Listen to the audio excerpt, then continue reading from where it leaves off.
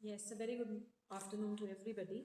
Let's start a very important poem of our syllabus, Aunt Jennifer's Tigers. Open page number 103 of your book, Flamingo. So this poem has been written by Adrienne Rich. She was born in the year 1929 in Maryland, Baltimore, USA. She is widely known for her involvement in contemporary women's movement as a poet and a theorist. She has published 19 volumes of poetry, 3 collections of essays, and other writings. A strong resistance to racism and militarism echoes through her work, and this addresses the constraint. This particular poem, Aunt Jennifer's Tigers, it addresses the constraints of married life a woman experiences. Now, this particular poem, she was basically a feminist poet, and her fame was established by her feminist ideas only. Now, we talk a lot about feminism these days, and we talk a lot about women empowerment and all, but this is the time which is being talked about here in this poem was a time when women were not, they were not given a right to voice their opinions. Okay, they had, and we talk about a lady here who is feeling oppressed, who is feeling suppressed by the male dominated society, and how arduous her life is, how difficult her life is, her domestic life is, and what all pangs and pain she is experiencing in her married life. So that is what we would read in this. We would try and understand in this poem. Okay. So I'm just going to read it out, and then we'll do the explanation part. There are lots and lots of symbolism and other poetic devices and things that we will be discussing in detail later on. But we'll just do the explanation of the poem for the time being. Okay. So the poet says, Aunt Jennifer's tigers prance across the screen, bright topaz denizens of a world of green. They do not fear the men beneath the tree, they pace in sleek chivalric certainty. Aunt Jennifer's fingers, fluttering through her wool, find even the ivory needle hard to pull. The massive weight of Uncle's wedding band sits heavily upon Aunt Jennifer's hand. When Aunt is dead, her terrified hands will lie, still ringed with ordeals she was mastered by. The tigers in the panel that she made will go on prancing, proud and unafraid. Okay, so she has, Adrienne Rich, the poet, she has made use of heroic couplet, rhyming couplet and heroic couplet here. And what is the difference between the two? Rhyming couplet is very simple, as you have in your, nursery class jingles like Twinkle Twinkle Little Star, How I Wonder What You Are. That is a rhyming couplet. Okay, but what is a heroic? What is the difference between rhyming couplet and a heroic couplet? Heroic couplet talks about, it sings about warriors, the achievements, the bravery of the warriors, and it is an inspirational dedication to the warriors. Okay, so she makes use of heroic couplet here. Okay, and what does this title? If I asked you, what does this title of the poem suggest to you?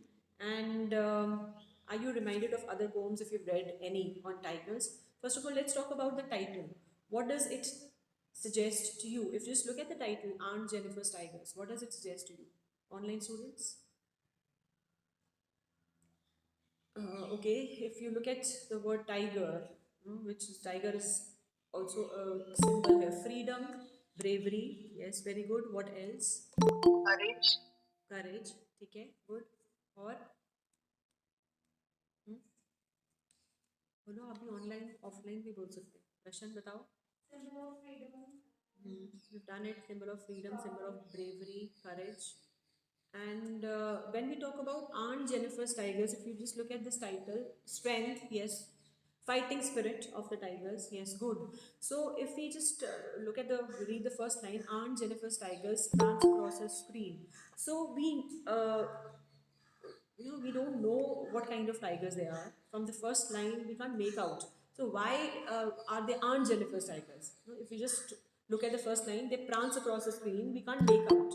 It would become clear only towards the end of the poem that what she's doing and how they are her tigers. Okay, so if we just look at the first line, they prance across a screen. What kind of a screen it is, and what do you understand by this term prance? What is prancing? Like moving. Prancing means dancing. Not actually dancing, it is to jump over, like the jumping movement of the tiger is being referred to here. They jump across a screen. Now it could be what kind of a screen? They're walking energetically, yes, they're walking majestically, they're prancing, they're moving across a screen. What kind of a screen it is, we would come to know later on. And they're bright topaz denizens of a world of green. Now everybody knows what's a world of green. World of green kya hai? Yes, forest. Okay, so and yes, it is forest, and their color, the color of the topaz, which is the color of the of the tiger, it is in stark contrast. It is in sharp contrast to the green color, greenery that is all around. So they, even if they try to, they can't camouflage. Okay, they are they become clearly very visible. So they're very brightly colored. They're very bright topaz. That is the color. It is very highlighted. Yes, yes, Akarshita. Okay, so they do not fear, how they move. They're not afraid of anybody. No, they are very brave. They are certain of their purpose. They're not afraid. They don't fear anybody. They don't fear the men who are, sitting or just trying to relax under the trees. And they pace. What do you understand by pacing? They pace in sleek. They're very elegant as they move. Okay, and what is pacing? Pace is, what is pace? To run fast, to move, to walk. So they move in sleek, very elegantly they move, and in chivalric certainty. This is a very beautiful choice of words which Adrian Rich has used. No, what does chivalric mean here? Yes, it is related with knighthood. Yes, kindness, heroism, and certainty. What is certainty? Certain, when you're certain of your purpose, when you're focused, when you're determined, when you know where you are going.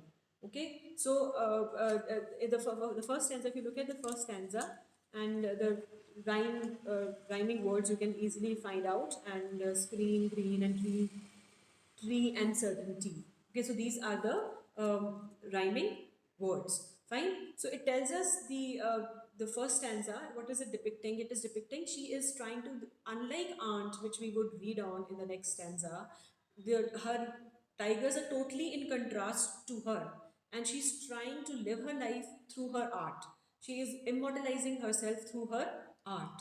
Okay, she's the kind of person she is. She's quite unhappy.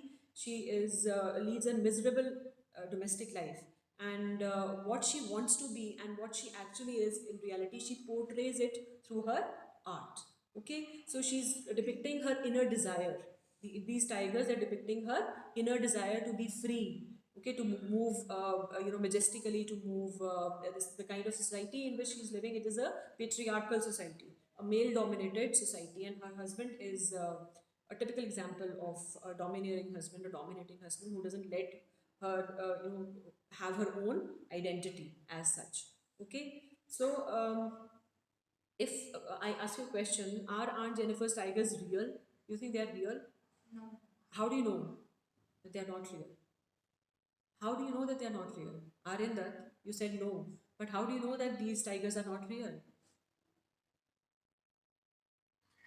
Ma'am, because I think those are imaginary from which she inspires to be as powerful like them, to break the barriers of life, to be more powerful in life, to be able to get those rights for herself and other women out there. Yes, and if we just look at the first line, they're prancing across a screen. So they're prancing across some panel. They're only on screen. They're not real. So from this, if you want to have a concrete proof of it that they're not real, this first line, it gives you a solid hint that they're moving across a screen. So they are not real. So they are just out of her imagination. She's created them out of her imagination. Okay, and then what do prancing tigers symbolize? Their source of motivation. Yes, Nakul, good.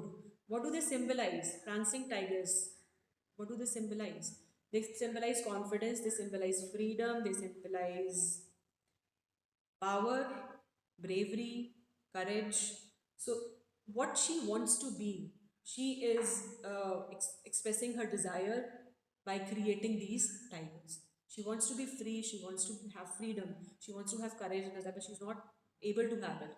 So, she's creating her art, and through her art, she's trying to achieve all that which she's actually not able to achieve in life herself. Got it? Okay. Okay. So why are they referred to as denizens of a world of green? Very simple. Because because they are the inhabitants of forest. Okay, and why do they not fear the men beneath the tree? Why are the tigers not afraid of the men beneath the tree? Bolo? Yes, because they are fearless. It is their inherent nature. They are, powerful, and they are fearless by nature. They are very well aware of their power. They are very well aware of their courage, of their strength.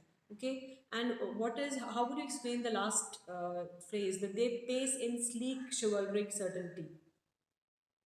How are you going to explain it? Anybody else? Somebody else? I mean, from among the students.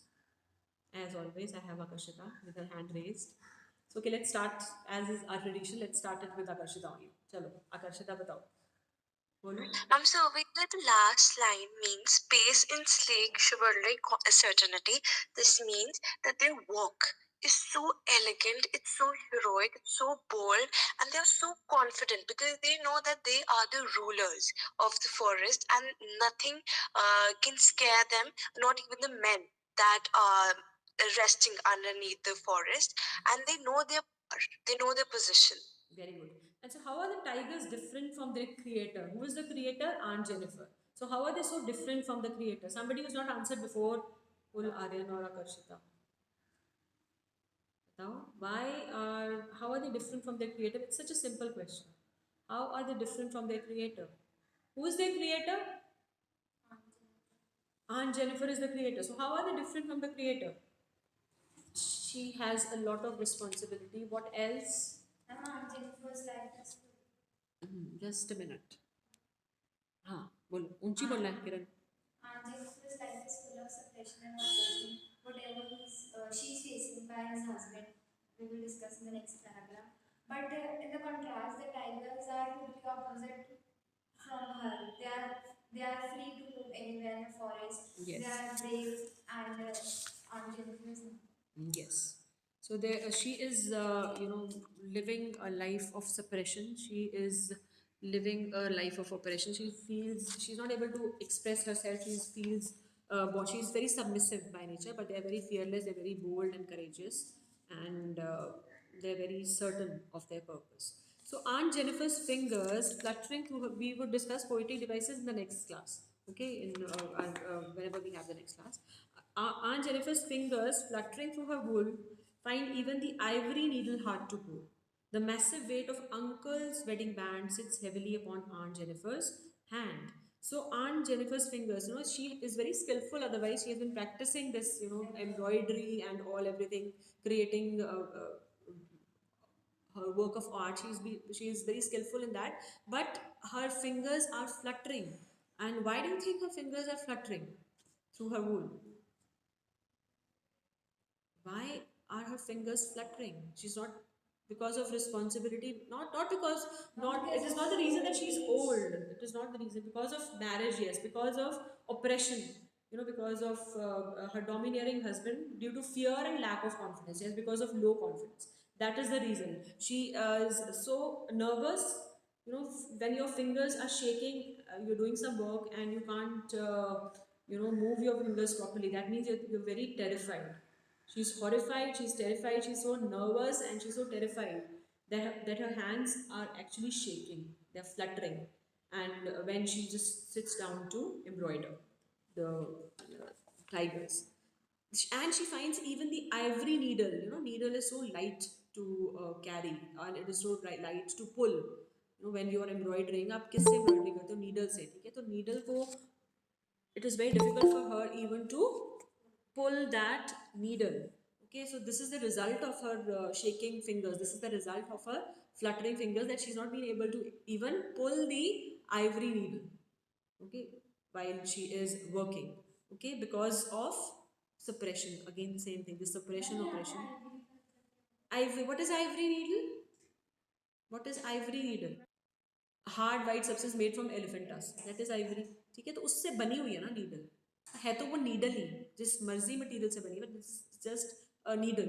And she is finding it difficult to even pull that needle from her panel, pull it out from her panel, from where she is embroidering. Okay, so she has she's suffering from a kind of a nervous breakdown. She's become a nervous wreck.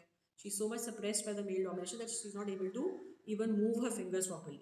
Okay, and it is not because she's old. It is not because of her physical condition, but the condition here that we're talking about is mental condition. It is mental suppression that she is undergoing, that she is facing. Yes. Okay. So the massive weight of uncle's wedding band. Now underline this. Now there's no aunt here. The wedding band, what is the wedding band symbolic of? What is a wedding band symbolic of? It is yes, it is a symbol of your marriage. It is a symbol of a relationship. It is a symbol of togetherness. But here, it is we are referring to the wedding band. It is a symbol of a bond, a loving bond that is there between a husband and a wife. But here, what are we referring to as the wedding band? Is uncle's. It is uncle's wedding band. He owns the wedding band as if he owns the aunt, as if she is a kind of property, as if she doesn't have any identity of her own. Okay, so that is why it is written uncle's wedding band sits heavily upon Aunt Jennifer's hands. What do you mean by this? It sits heavily upon, this is the weight of her matrimony. This is the weight of her this is the burden that she is carrying. Karshita, you want to say something? You raise your hand. Burden of marriage. No, no, no, no. I thought you were asking questions, so I thought to Okay, you can answer. answer. You let it be a. Think of it as a question. What do you mean by this sits heavily upon Aunt Jennifer's hand? It basically represents the stress, the suppression, the oppression that she is going through her marriage, and it represents that her marriage is not the all the happy things, full of happiness. It's basically the opposite of happiness. It's like a very big thing, a heavy thing. Because if we see, even an ivory needle is very light in weight, but it seems so burdenful to her because of the mental things that she had gone through. Yes. So her fingers are trembling, and that wedding band, that ring. It is a kind of a ring as you have in a circus. जैसे circus में ring होता है ना, और उसका जो master होता है, he controls each and every animal there. It is here the husband. So symbolically, it could also mean that the husband is controlling her. She's like a slave to her husband. No, she's a slave in her own marriage, and it is a bond. The bond is that is giving absolute control. The absolute control is in the hands of the husband, in the over aunt Jennifer. So it has resulted in a kind of loss of her identity, and she feels very suppressed. She feels very oppressed here. Okay. So her state of mind is, what kind of a state of mind is Aunt Jennifer having here? What is her state of mind? Again, the same thing. She's depressed. Yes. She's like we talked about earlier, she's become a kind of a nervous wreck. Okay. So next is, last is, when aunt is dead, her terrified hands will lie, still ringed with ordeals she was mastered by. The tigers in the panel that she made will go on prancing, proud and afraid, and unafraid. Okay, so the final stanza is talking about the death of aunt. That even when she would die, death is imminent. It is bound to come, whenever it comes. So the poet here is saying, what is the poet trying to say? That even after her death, she would not be free. She would carry that burden along with her. Okay, even when she died, the burden that overpowered her, the burden that suppressed her during her lifetime, she would carry the same burden even when she would die. Okay, so here we are talking about again the same thing, that the patriarchal society, the the clutches of that patriarchal society, they're so strong that she would not be able to free herself from those clutches even after her death. But she would still ring with ordeals she was mastered by. What do you understand by ringed with ordeals? What kind of ordeals? Tough time, unpleasant experiences, the kind of troubles that she was having in her life. And even her after her death, she would be trapped in those in that chain of slavery. Okay, and her hands would still be ringed with what? Just talked about it. Her hands would still be ringed with ordeals, with the difficult situations that she had in her life, with the overpowering nature of her husband. Okay, and but the tigers in the panel. Now there are, in the previous stanza we talked about uncles getting mad.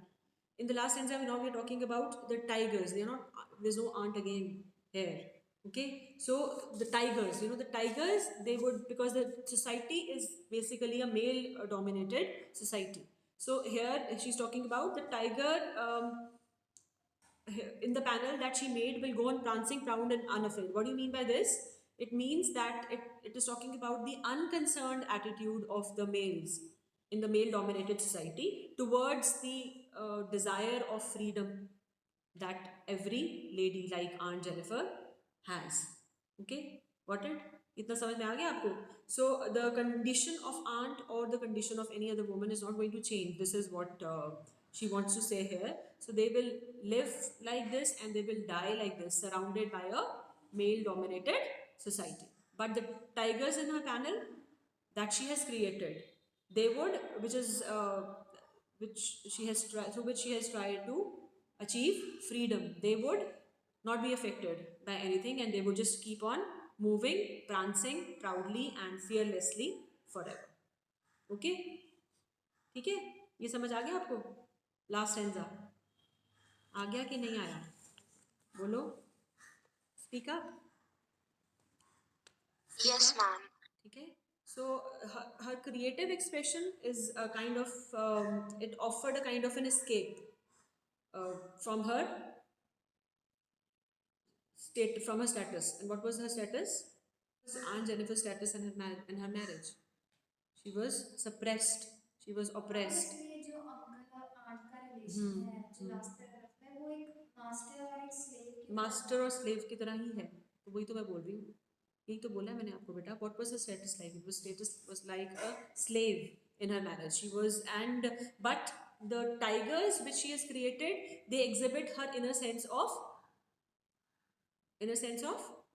what? What are the tigers exhibiting? Her inner sense of freedom. They are going to stay like that forever. Okay, so the tigers that she made on the screen, they are going to prance, they are going to move about proudly and fearlessly, even when aunt is gone, even when aunt is dead. So they were going to stand for freedom that she desired for throughout her life. They are going to remain free like that. Okay, got it? So this, we've done a simple explanation of the poem. The in-depth, the symbolism and various other poetic devices that are there, that we will discuss in detail the next time we have our class, and also discuss the questions.